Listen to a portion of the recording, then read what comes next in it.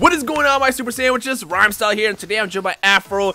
And warning right now, there might be some yelling in this video because we're both so very much hyped. I'm glad you prepared them because I was ready to come in tight and ready, nutting. But thank you for preparing the gateway. Hello, you guys. I'm Afro. 20 seconds into the video, and we already tainted people's ears. That's fine. Yes, we're hyped for Dragon Ball FighterZ, okay? Yes. Like, can't blame us. Okay, so the reason why I decided to do this video is because we've done our own breakdowns, our discussions, our reactions to stuff. We talked about it on Twitter. At this point, we all kind of got our solo videos out of the way, but what we haven't done yet is kind of sat down as a squad. Now, I will point out that me and Afro-sama over here will be at Bandy Nameki in 10 days for DLC 4 for Xenoverse 2. We'll cover all that then, but we will try our best. We will try our best, and if we fail, well, then Afro will delete his YouTube channel. But we will try our best. You too, though. But yeah, keep on going. No, we're good. So we'll try our best to get some gameplay and try to get some more information. So keep an eye on both our channels. We'll bring you the exclusive new. No, that's a new saying. We're gonna bring in the new. Keep on going. We're gonna bring in the new. We'll try to bring some gameplay over the course of the next couple days or so. So the stream is in the 22nd. Just keep an eye out for that. I know Xenoverse 2 is not as exciting anymore to talk about. DLC 4 is hype. I'm gonna tell you right now, it's a lot better than DLC 3. But compared to what just the bomb that was dropped on us, it's yeah, I know. The perfect analogy is like, let's say you just got a girlfriend and you spent a lot of your time with her and developing a relationship, and then Beyonce texts you, it's like, hey, what's good? that's pretty much what's happening right now. You know, I'm proud of you for not dropping a Persona analogy because I thought you were about to. I wanted to. I actually was going to, but I'm trying to keep it in the general sense here. But with that said, we just kind of want to sit down and just kind of talk about this game as a community. Now, in the comment section below, you're allowed to have an opinion, okay? Everybody's allowed to speak it. If you don't like the game, that's fine. I will point out, though, if you say something stupid, like, you know, that's blatantly hating on the game, you are going to probably get shat on for it. I'm going to give you that disclaimer right now, because we have not been hiding. We've been pretty much vocal as a community every time someone stepped on the game, just basically saying stuff that was kind of wild. But if you have an opinion, the difference between an opinion and blatantly hating the game is this. For example, Afro. I don't like this game. It's not my cup of tea. I prefer Xenoverse. Okay, yeah, you know, I see it. Yeah, or then you could be like, this game is trash. The worst looking Dragon Ball Z game out of all of them. See, then you're just being weird about it, and you're just gonna get attacked for one. That's just gonna happen. So, but I will attack you too. If you attack each other, be nice at least. Okay, we're all friends here. At the end of the day, we have differing opinions, but we're all friends. But yeah, man. The thing is, this game is actually a good thing. For starters, this is not aimed at the normal demographic. For the most part, Bandy Nameki has been aiming these games at the Dragon Ball community, the casuals. That's why the games have been getting more and more dumbed down since the early days. I mean, when we first get the Budokai games, you know, and the Burst Limits, and the Infinite Worlds, and the Budokai 3s, and even the Tenkaichi 3s, they had somewhat of a learning curve that kept getting more and more decreased as newer games came out. The reason why, and I'm sure you probably have seen these people now step out very, very loud in the last 2 days, the reason why is because people always kept complaining about how hard these games have become. That's why the games have been getting more and more dumbed down to the point we got Ultimate Tenkaichi and Battle Z, which is Afro's favorite game, by the way. Fun fact. Yeah, man. So great.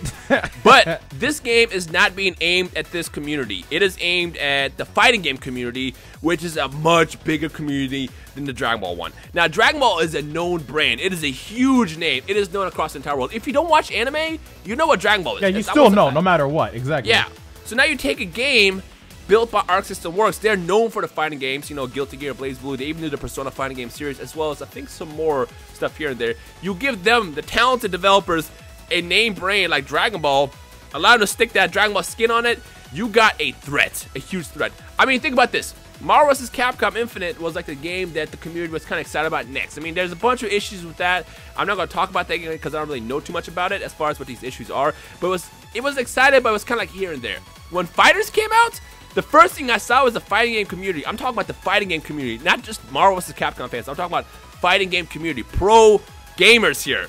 Yeah. Literally posting memes, throwing Marvel vs. Capcom to the trash before the game came out and replacing it with FighterZ. FighterZ is going to have an impact on the fighting game community. That is really, really good for us, because you know what that means? If Bandy Nameki, as well as Arc System Works or other developers see the potential for these games, and then it goes to EVO, which is going to go to EVO, and then you put it in front of these big screens where thousands of people are watching it live, because EVO is a huge event every single year, as well as in between, you know, tournaments that happen. What's going to happen is we're going to get more games on those scales. I mean, picture this.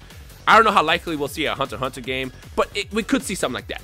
I can see a Naruto game. I mean, how excited, Afro, would you be if they do like a pro version or competitive version of a Naruto game, like a 2D game or a 3D game, but something competitive where you actually have to learn and not just press circle? Like, how would you feel about that? Of course, as a fan, I would love that to the T. It's just a matter of like the reception, you know, because like you said a minute ago, when you do something new, it can go either left or right from whichever perspective. And this one, we're aimed at the competitive side, you know. With Naruto, I would love it to work, guaranteed. But you know, there is that you know, chance that it could just be trash. It could flop within that scene entirely. Right. I mean, coming to this, it's like the fact that we have so many people being vocal that's in that side of the community, the fact that they can give input when the game's actually out as to change, the fact that we have more voices coming through, just I feel like that door will be open, you know, no matter what. Like as long as you see the influencers there, like that's it. Like it's ready to go, you know?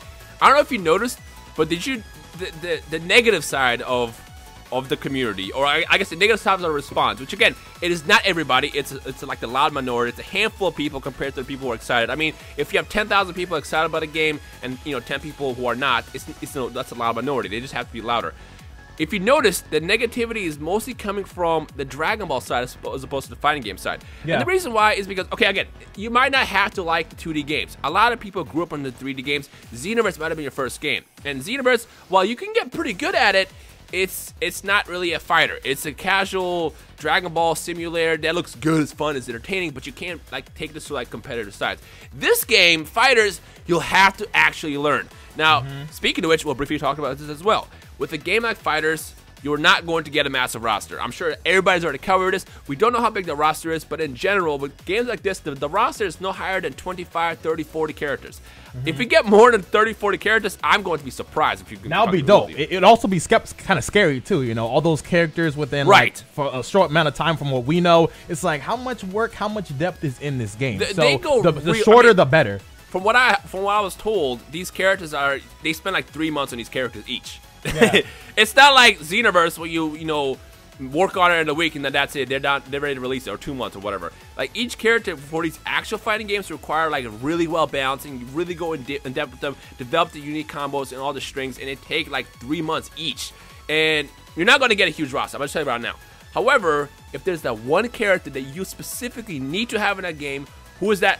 Comment down below right now. We'll talk about that later. Now, the good news is, with the roster being a lot smaller, you're not going to get the fluff characters. So when I say fluff characters, I'm talking about characters who are somewhat important, but they're not really usable. Like, let's, for example, Kid Gohan.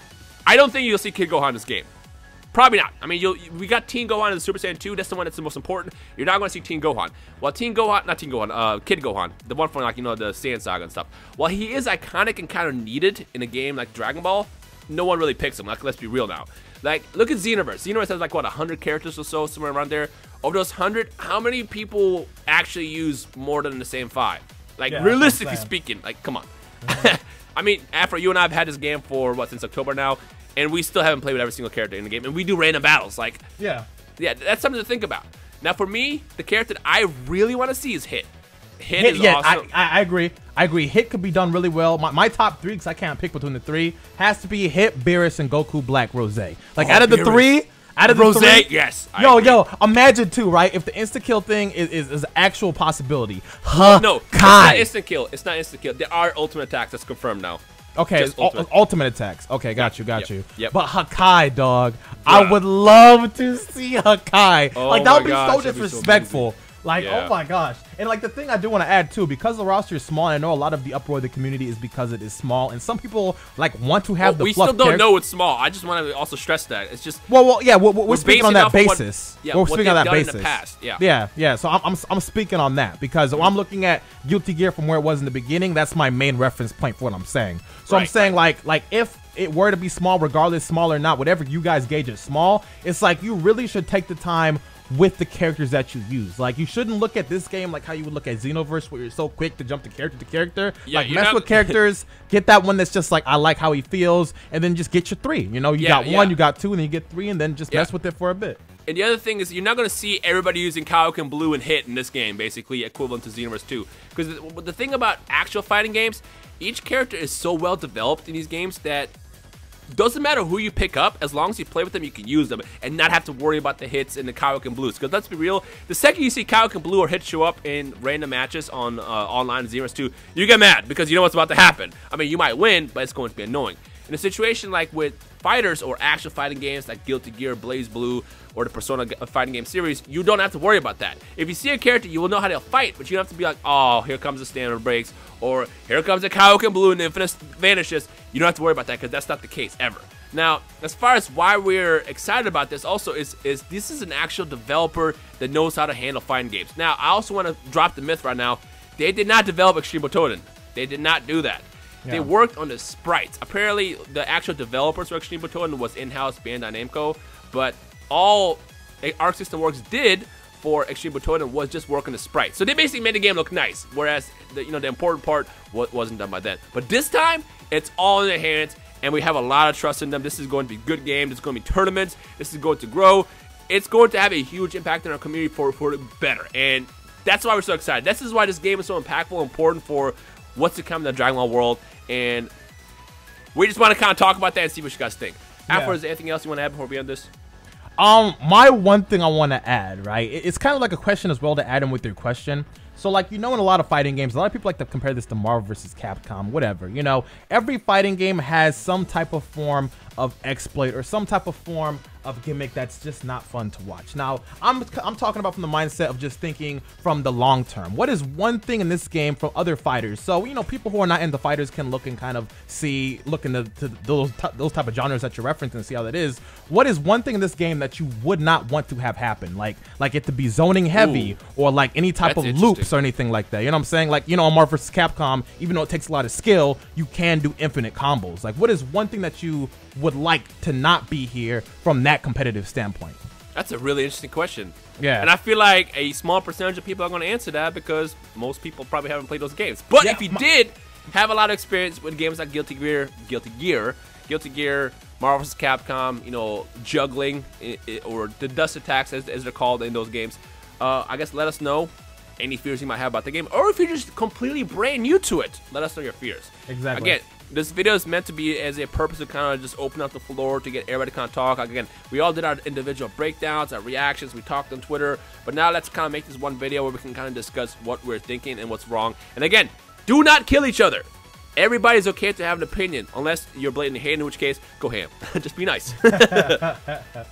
Listen, man, we're the Dragon Ball FighterZ defense force right now, okay? That's how I see it.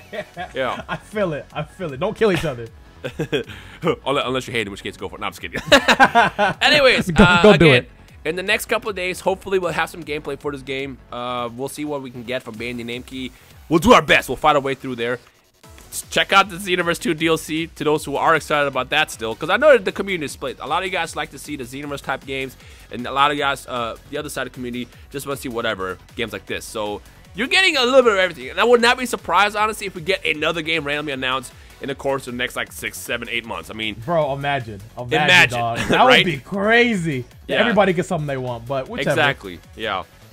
With that said, because remember, this is not the normal standard developers for Dragon Ball games. Usually they have like Dims working on games, or so-and-so, or Chunsoft, or whatever.